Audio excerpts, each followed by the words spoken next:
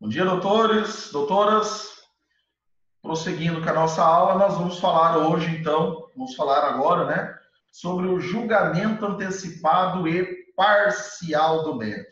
Já falamos sobre o julgamento conforme o estado do processo, artigo 354, sendo que dentro do artigo 354 nós estudamos todas as hipóteses do artigo 485, a extinção sem resolução do mérito. Estudamos as hipóteses do artigo 487, inciso 2 e 3. Falamos sobre coisa julgada formal, falamos sobre a coisa julgada material e falamos das situações em que o juiz julga somente uma parte do processo, prosseguindo com os demais pedidos, sendo que nessas hipóteses caberá o recurso denominado agravo de instrumento.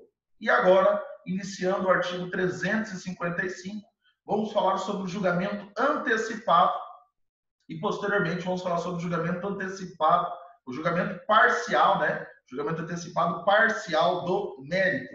Então, primeiro, o artigo 355 nos diz que ocorrerá o julgamento antecipado, quando não houver necessidade de produção de outras provas, e o 2, quando o réu for revel, ocorrer o efeito do artigo 344 e não houver requerimento de prova nos termos do artigo 349. Já vou explicar isso tudo para vocês. Primeiro, pessoal, antes de tudo, é importante nós sabermos que ocorrerá o julgamento antecipado nos termos do artigo 355 quando ocorrer o fenômeno denominado desnecessidade de dilação probatória. Em outras palavras, não há necessidade de produzir outras provas no processo. São aquelas situações em que o processo já está apto para a sentença, o processo já está pronto para a decisão. Por quê? Porque é uma ação, por exemplo, que se discute unicamente matéria de direito. E por se discutir unicamente matéria de direito, não existe necessidade de dilação probatória. E aí nós temos que o inciso primeiro nos deixa bem claro que ocorrerá o julgamento mérito quando não houver necessidade de produção de outras provas. Professor, me dê um exemplo. Exemplo, divórcio. As partes ingressam com a ação de divórcio, a parte autora entra com o processo de divórcio, Dona Maria entra contra o seu João, alega, deixa bem claro, que eles não convivem materialmente, desculpa pessoal, esse áudio aqui, não convivem maritalmente há alguns anos, ok? Que não existem patrimônios a serem partilhados, não existe partilha de bens, não possuem filhos menores, todos os filhos já são maiores de idade, já são casados, já têm vida própria, cada um constitui sua família, cuida da sua vida por si só.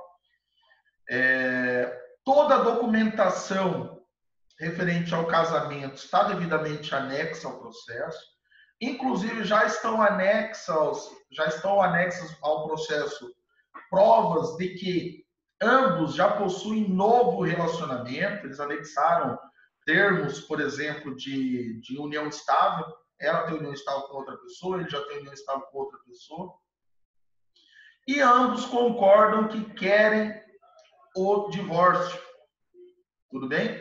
Ela entrou com a ação, litigioso, mas ele vem na contestação e falou que também quer. Pessoal, existe necessidade de produção de outra prova? Não existe. Não existe.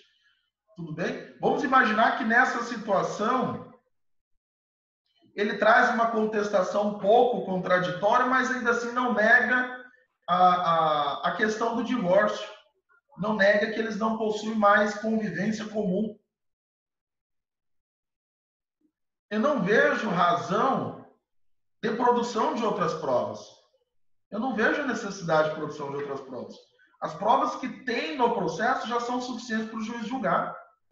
Não é caso de se designar uma audiência de instrução. É caso de tão somente se julgar o processo, trazer a sentença ao processo. Quer ver um outro exemplo?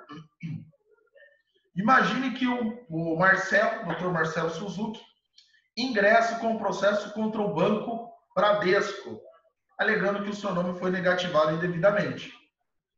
O Banco Bradesco, por sua vez, apresenta a contestação. Aliás, o Marcelo, na sua inicial, junta todos os documentos, junta seu documento pessoal, junta a procuração, declaração de hipossuficiência, porque pediu justiça gratuita, junta lá comprovante de pagamento da dívida, o boleto que originou a dívida, o contrato que originou a dívida, tudo bem? Boleto de quitação, já disse anteriormente. E anexa ainda o comprovante que seu nome está negativado pelo Banco Bradesco, que tão somente pelo Banco Bradesco. Por que tão somente pelo Banco Bradesco? Porque já existe, pessoal, um entendimento simulado que se a parte possui outras dívidas, não gera dano moral. Por quê? Porque ele é tido como um devedor contumaz. O que é um devedor contumaz? Uma pessoa que corriqueiramente possui outras dívidas e não o paga. E por ser devedor contumaz, ele não terá direito ao dano moral caso ocorra uma negativação indevida, por exemplo. Tá? É bem contraditório, é bem discutido isso, mas o entendimento pacificado é esse. Tá? Havendo outras negativações, o juiz entende que ele é devedor contumaz e por esse motivo ele não terá direito ao dano moral. Então já fica aí uma dica, né, quando vocês forem advogar amanhã ou depois, tomar esse cuidado sempre. Então, nesta situação, o banco veio, apresentou uma defesa, mas não negou o pagamento. Inclusive, não trouxe nenhuma matéria preliminar e não trouxe nenhuma matéria falando sobre fatos impeditivos, extintivos ou modificativos do direito do autor. Inclusive, não há nem mesmo a necessidade de se apresentar impugnação, né? Porque não preencheu nenhuma das condições do artigo 350 e 351. Então, o que vai acontecer? Esse processo já vai concluído para a sentença. Mas, professor, por quê? Porque nos termos do artigo 355, inciso 1º, não existe necessidade de produção de outras provas. O processo já está apto. Nós temos que alguns doutrinadores falam que nessa situação o processo equivale a um fruto, né? O processo equivale a um fruto e por esse motivo esse fruto já está maduro. É um fruto maduro. Em razão de ele estar maduro, nós temos que já deve-se o quê? Ser colhido. E neste caso, o ato para ocorrer, né? O colhimento deste fruto será a sentença. Tranquilos? E o inciso segundo nos diz, quando o réu for revel, então veja, quando que o réu é revel? Quando o réu não apresenta a contestação.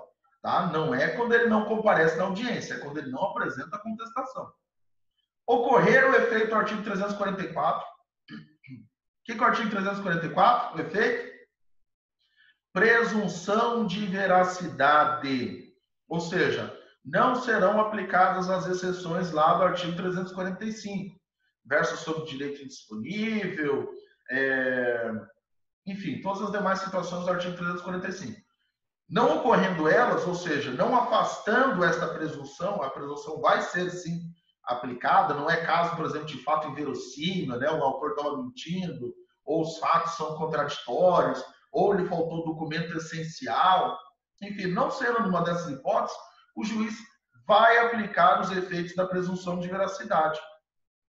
E se não houver requerimento de outras provas, né? Ou seja, o autor entende que as provas que estão nos autos já são suficientes.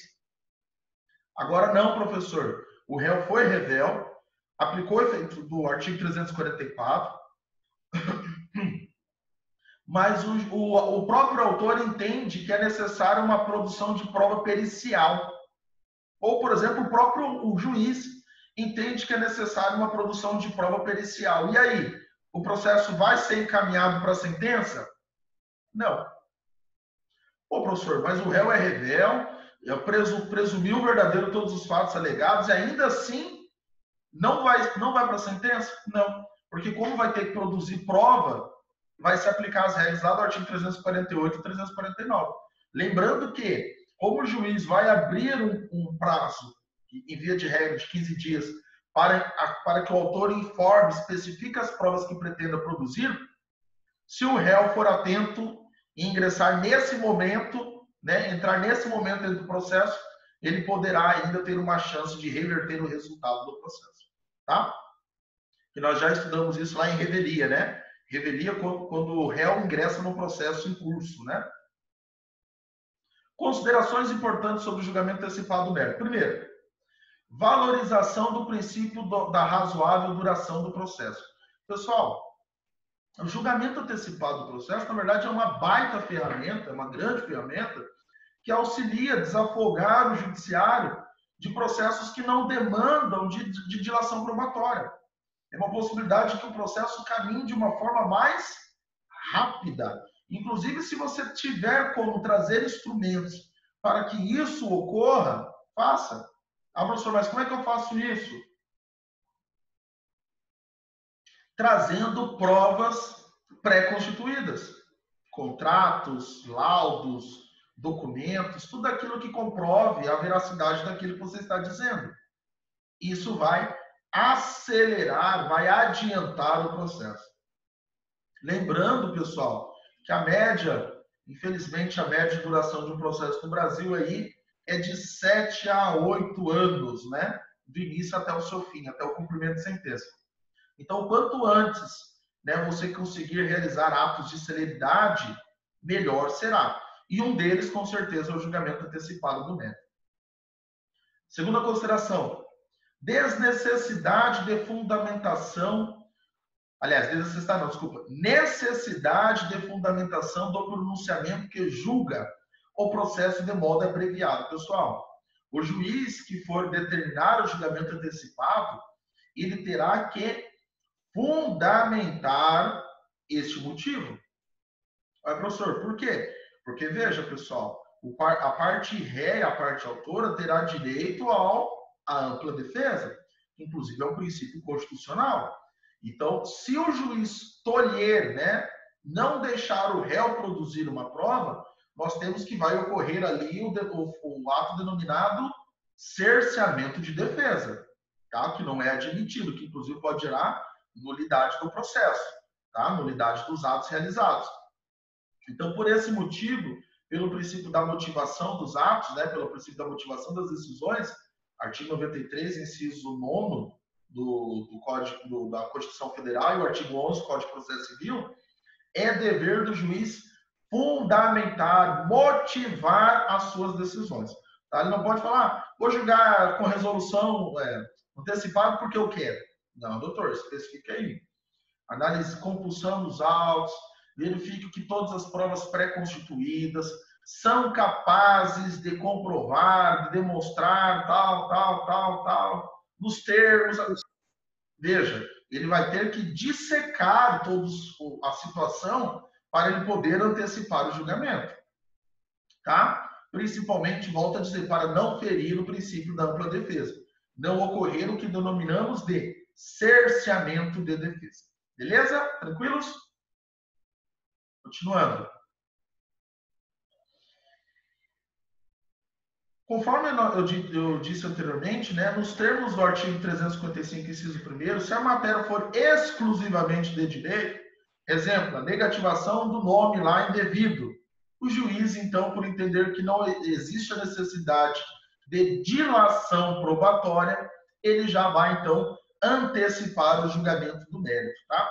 Outras situações que ocorrem isso são aqueles fatos que não existem outras produções de prova. Por exemplo, fatos notórios, fatos incontroversos. O que é incontroverso, professor? Quando a parte contrária não impugna, quando a parte contrária não contesta, ela concorda com aquilo. É algo incontroverso. Ou fatos, situações presumidas. Vai, professor, me vê um exemplo de prova presumida. Veja, Maria entra contra o João com uma ação de investigação de paternidade. Maria é a filha, tá? Lembrando que a legitimidade é da criança e não da mãe. Com ação de investigação de paternidade, sendo que a Maria está sendo devidamente representada pela sua genitora. João, devidamente citado, não comparece à audiência de conciliação. Então, o fato de ele não comparecer já vai gerar para ele uma multa. Que multa é essa? Ato atentatório à dignidade da justiça. 2% sobre o valor da causa. Beleza, professor, o que mais? Passaram 15 dias e ele não apresentou contestação. Vai aplicar a ele os efeitos da revelia, sim ou não? Vai aplicar a revelia? Sim, vai aplicar a revelia. Perdeu o prazo para contestar. Mas vai aplicar a ele o efeito da presunção de veracidade? Vai aplicar a ele o efeito do artigo 344? Não. Mas, professor, por que não?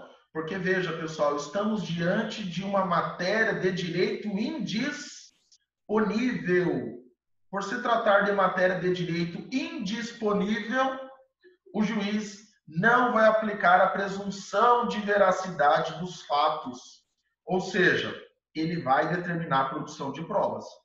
Tudo bem? Então, por mais que ele é revel, ainda assim o juiz vai determinar a produção de provas. E aí, professor, o que vai acontecer? E aí que o juiz, então, vai determinar a realização de prova pericial. Que prova pericial é essa? Exame de DNA. Ele vai determinar o exame de DNA. Vai intimar o autor, ou o réu, né? Vai intimar a autora, através da sua genitora, para colher, né, a amostra de sangue, e vai intimar o réu para também comparecer ao laboratório e realize, né, tire ali a amostra de sangue. Vamos imaginar hipoteticamente que o réu se nega a realizar esse exame de sangue. E aí? E aí que nós temos que, nesta situação, ele negando a realização de exame de sangue, o juiz, acho que é o artigo 230, 231 do Código Civil, salvo o melhor juízo, mas depois vocês dêem uma olhada lá. Nesta situação, o juiz poderá presumir que o João é o pai, sim, da Maria. Por quê? Porque ele se negou em realizar o exame. Tudo bem? Então, por exemplo, o exame não foi realizado, haja vista da negativa do réu, mas o juiz vai aplicar a presunção de paternidade e poderá determinar o processo já concluído para a sentença. Beleza? No inciso 2 do artigo 355, então, ele nos fala que o juiz, né, poderá julgar o processo nas situações lá em que o réu é revel e, como eu havia dito, para que isso ocorra é necessário que sejam aplicados dois efeitos. Primeiro, o juiz tem que presumir a veracidade dos fatos, então não pode ocorrer a aplicação lá das regras do artigo 345, né, como eu disse lá, direito indisponível, fato inverossímil, ou ainda situações de que o autor não trouxe os documentos essenciais. Tudo bem? E B, não houver pedido do réu de produção de provas. E sobre isso eu coloquei aí um posicionamento do doutor Daniel Amorim, falando sobre o assunto. Depois vocês dêem um pause aí e façam a leitura, tá? Lembrando que esses slides vou disponibilizar para os senhores posteriormente. Sobre o tema julgamento antecipado, pessoal, existe uma súmula do Tribunal de Justiça de Minas Gerais, tudo bem? Que falava sobre o artigo 330 do Código de 73, que era o código anterior, que equivale hoje ao artigo 355 do novo CPC. E olha o que ele falava. Muito interessante esse enunciado, viu? Que é um entendimento sumulado, um entendimento jurisprudencial, tá, pessoal? O julgamento antecipado da lide, ou seja, o julgamento antecipado do mérito, sem decisão sobre prova requerida pela parte processual e necessária aos esclarecimentos dos fatos alegados, constitui cerceamento de defesa e ocasiona a anulação do processo para que se faça a instrução probatória na instância originária. Então, veja, se o juiz não deixar que a parte comprove os seus fatos por meio de instrução, nós temos que poderá ocorrer o cerceamento de defesa. Por quê? Porque está ocorrendo a violação do princípio da ampla defesa. Então, por isso que nós falamos anteriormente que o juiz ele tem que justificar e bem fundamentar a sua decisão. Tudo bem? Então, vamos supor, ocorreu um acidente e eu quero provar os fatos arguidos do acidente, defendendo os interesses do réu em audiência, por meio de testemunhas. Mas o juiz vem e fala o seguinte: em razão das provas pré-constituídas, Entendo não ser necessária a produção de toda e qualquer outra prova. Só que você pega o boletim de ocorrência foi produzido só por uma das partes, é um documento unilateral. Foi a versão da parte indo lá na polícia. Não foi a polícia que foi em loco e fez um croquis e narrou o acidente. Não. Ocorreu o acidente, a polícia não foi. Uma semana depois, o autor foi lá na polícia e narrou os fatos e juntou o boletim. Prova unilateral. Pessoal, pode o juiz julgar o processo? Não pode. Não, professor, mas aqui a situação é a seguinte. Foi um acidente na BR, a polícia rodoviária foi até o local, todos os carros estavam parados, teve fotografias, foi feito um croquis pela própria Polícia Rodoviária Federal, que narrou todos os fatos conforme testemunhas e fatos das partes. Preciso ouvir mais alguém? Bom, mudou a situação. Entendo que, a depender do caso, não. Está tudo ali, está tudo escrito. A polícia colheu os fatos, os testemunhos de todo mundo. Beleza. Agora, professor, não, eles ouviram uma pessoa ou outra e fizeram, mas não ouviram as partes. Ah, beleza, ainda cabe uma produção de prova, ainda cabe um pré-questionamento. Entenderam? Então, o juiz tem que tomar sempre muito cuidado nessas situações antes de julgar antecipadamente o mérito, sob pena de gerar anulação do processo. Tá bom? E aí nós entramos agora em julgamento antecipado parcial do mérito. O julgamento antecipado parcial do mérito, pessoal, está lá no artigo 356 do CPC e fala que, olha lá, o juiz decidirá parcialmente o mérito quando um ou mais pedidos formulados ou parcela deles. Inciso 1º, mostrar-se incontroverso. Inciso 2º, estiver em condições de imediato julgamento, nos termos do artigo 355. Pessoal, imagine vocês que um casal está ingressaram, né? Novamente, Maria ingressou com um processo contra o João, pedindo o divórcio. Só que ela não quer somente o divórcio. Ela pediu, dentro do divórcio, ela fez pedido. Primeiro, divórcio. Segundo, partilha de bens, que ela quer ficar com a casa, ok? Guarda das crianças e pensão alimentícia para ela. Guarda e pensão para as crianças e pensão alimentícia para ela. Então, nós temos aí 4 pedidos, tudo bem? 4 grandes pedidos. O réu, João, por sua vez, vem na sua contestação e fala, excelência, primeiro, quero o divórcio também. Segundo, eu que quero a casa para mim. Eu que quero a casa para mim, porque eu não tenho outro lugar para ficar, então não é justo, eu que tenho que ficar com a casa, tá. Terceiro, como eu vou ficar com a casa, eu que quero ficar com a guarda das crianças e quero que ela seja condenada em alimentos. E por fim, quarto, eu atualmente estou desempregado e ela está trabalhando. Quem quer pensão sou eu e não ela. Quem tem direito à pensão sou eu. Pessoal, vocês entenderam aqui, olha, cada um trouxe as suas versões. Porém, tem um pedido que é idêntico entre os dois. Qual é o pedido? De divórcio. Esse pedido de divórcio também é denominado de pedido incontroverso. Ambos querem o divórcio. O que o juiz pode fazer? Pessoal, lembrando que um processo desse, né, especialmente aqui em Sinop, o número de processos da quinta vara é sobrenatural, é um processo que pode levar anos e anos e anos para ser resolvido. Vamos ser otimistas, de 3 a 5 anos. Sendo otimistas, pessoal. Tá? Sendo bem otimista. Tem processos aí de divórcio litigioso que já passa de 7 anos. Então, veja. Nesta situação, como um dos pedidos é incontroverso, o juiz já poderá julgar antecipadamente uma parcela do mérito. Qual que é a parcela? A parcela do divórcio. Ele vai falar o seguinte, compulsão dos autos, verifica-se que tanto em petição inicial como em petição de defesa, ambas as partes concordam com o divórcio.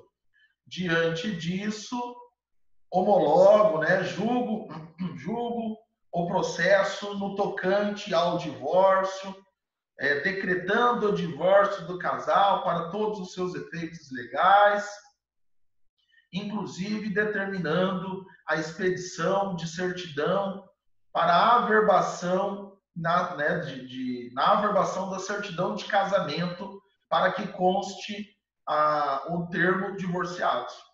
Ah, professor, mas qual que é a vantagem disso? A vantagem disso, pessoal, é que se eles quiserem, eles podem casar de novo. Eles podem casar de novo.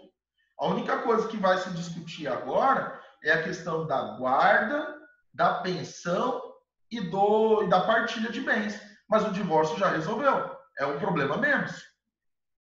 Estão entendendo? Então, nesta situação, o juiz poderá julgar parcialmente um dos pedidos e o processo vai prosseguir com todos os demais. A mesma situação, pessoal, vai ocorrer com o inciso 2. Olha lá, estiver em condições de imediato julgamento. Vamos imaginar que não é caso de ser incontroverso, porque ambas as partes ainda são conflitantes. Um fala uma coisa, outro fala outra. Entretanto, o juiz, analisando o processo, entende que um dos pedidos já pode ser analisado agora. O juiz já pode dar a sentença agora.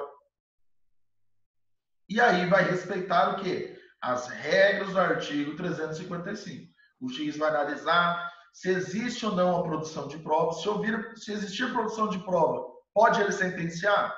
Não. No caso, não é sentença, né? É decisão interlocutória. Pode ele decidir? Não. Professor, não. O juiz, ele analisou aqui, um dos pedidos é dano material, e dano material está mais que provado no processo. Só cabe agora uma perícia sobre o dano moral e estético, para analisar as lesões e a extensão da lesão. Ele já pode dar sentença sobre o dano material? Pode. Volto a dizer, pessoal, desculpa, não é sentença. Ele já pode decidir, não é sentença porque o processo não acaba ainda, né? É uma decisão, tá? É uma decisão no curso do processo. Ele já pode dar a decisão sobre o dano material? Pode. Professor, mas o dano moral e estético? Vai prosseguir. Tranquilos? Beleza? Tá? E aí, nesta situação do artigo 356, afastou o que era denominado pelo código anterior, né, de princípio da unicidade do julgamento do mérito. Antigamente, o mérito era julgado tudo junto na sentença. Agora não, pelo novo CPC, houve essa possibilidade de fracionar a decisão judicial. Sobre o artigo 356, nós temos 5 parágrafos que eu preciso falar com vocês de uma forma bem rapidinha para vocês entenderem. Já é o último slide, tá? Parágrafo 1º. A decisão que julgar parcial o mérito poderá reconhecer a existência de obrigação líquida ou ilíquida. Parágrafo 2º, para explicar, para dar um exemplo.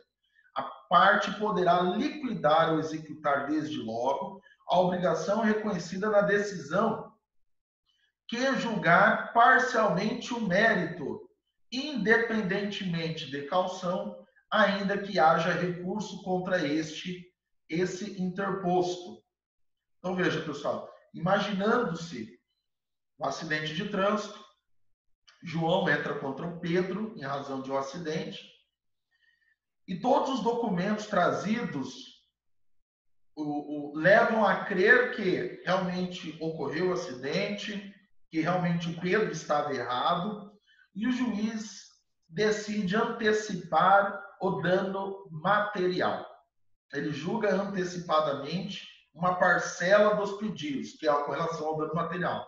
O dano moral e o dano estético, ele fala, não, vou determinar uma realização de perícia para saber com propriedade qual foram as extensões dos danos causados, né? Se houve uma lesão permanente, uma lesão transitória, quais são as características das cicatrizes deixadas, e assim por diante. Mas o dano material, que é o valor do conserto do carro, já vou condenar agora. E ele dá a decisão. O João, com essa decisão judicial, pessoal, ele já pode executar esse valor. Vamos imaginar que o juiz já condenou o Pedro no valor de 15 mil reais. O que o João pode fazer? Ele pode entrar com uma ação chamada ação de execução provisória. ele pode executar provisoriamente esses valores. Tudo bem? E olha lá, independentemente de caução e ainda que haja recurso contra este interposto. Então, ele pode entrar com processo, entrar com recurso, e o processo vai prosseguir com relação aos demais tópicos, mas esses 15 mil o João já pode tentar receber do Pedro. Legal, né? Tranquilos? Lembrando que essas situações de execução e execução provisória, vocês vão estudar no próximo semestre, tá? Que vai falar lá sobre o procedimento especial. Parágrafo 3º. Na hipótese do parágrafo 2º, se houver trânsito julgado a decisão, a execução será definitiva. Então, aquela execução que era uma execução provisória vai se converter em execução definitiva e vai se prosseguir. Tudo bem? Tranquilos? Parágrafo 4º.